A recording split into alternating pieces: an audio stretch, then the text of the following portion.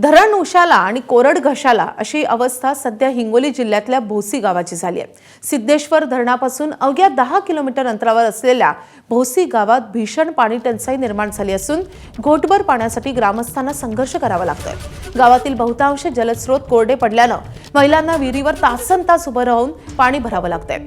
विशेष म्हणजे गावात जलजीवन मिशन योजनेसाठी तब्बल 1.5 कोटी रुपये खर्च करण्यात आलाय, मात्र अद्याप गावकऱ्यांना नळाद्वारे पाणी मिळाले नसल्याचा आरोप ग्रामस्थांनी केला आहे।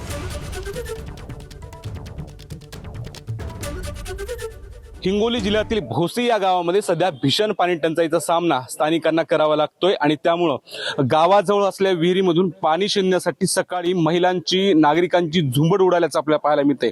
मी सध्या गावाजवळ असलेल्या विहिरीमध्ये आहे। आपण या ठिकाणी बघताय की मोठ्या प्रमाणामध्ये पाणी काढण्यासाठी जणू या पोहऱ्यांची पैज लागते की काय अशी स्थिती या विहिरीमध्ये आपल्याला पाहायला मिळते। सगळे जण घाई गडबडीमध्ये सकाळी सकाळी जास्तीत जास्त पाणी मिळावं यासाठी या विहिरीवर गर्दी करतात। आपण खाली बघताय तर विहिरीच्या शेवटापर्यंत तळापर्यंत सूर्यप्रकाशही पोहोचत नाही एवढी खोली विहीर आहे आणि विहिरीचं पाणी सुद्धा तळाला गेलं आहे। परंतु जे पाणी आहे ते पाणी आपल्याला मिळावं यासाठी या महिलांचा हा संघर्ष दररोज सकाळी या ठिकाणी पाहायला मिळतो। कारण पाण्यासाठी काही नागरिक भटकंती करतायत, तर जे पाणी मिळतंय ते आपल्या घरापर्यंत कसं न्यायचं यासाठी ही सकाळची झुंबड आपल्या या ठिकाणी पाहायला मिळते। गावामध्ये जलजीवन मिशन योजनेअंतर्गत काम करण्यात आलेले साधारणतः 1.5 कोटी रुपये खर्च केलेत असं स्थानिक सांगतायत, परंतु त्या 1.5 रुपयाचंही पाणी आम्हाला मिळालं नसल्याची तक्रार सुद्धा नागरिक करू लागले। त्यामुळं हे थोडंफार पाणी जे काही मिळतंय त्यासाठी संघर्ष करावा लागतोय। कायमस्वरूपी पाण्याची व्यवस्था करावी अशी मागणी आता स्थानिकांच्या वतीने केली जात आहे। माधव दिपके, एबीपी माझा,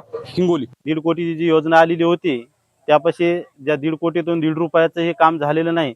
विहीर खूप खोलवर आहे, त्या विहिरीला असं काहीच पाणी नाही। प्रत्येक आम्हाला असं नाही की उन्हाळ्यामध्ये प्रत्येक उन्हाळ्यामध्ये आम्हाला पाण्याचा दुष्काळ राहतो आणि या गावावर प्रशासनाचं सुद्धा हे लक्ष नाही आणि कोण्या याच्यामध्ये आपलं जे शासन आहे शासनावरचं सुद्धा आणि गावातील जे कोणते काही जे असतील समजा त्यांचं सुद्धा या गावावर अजिबात लक्ष नाही।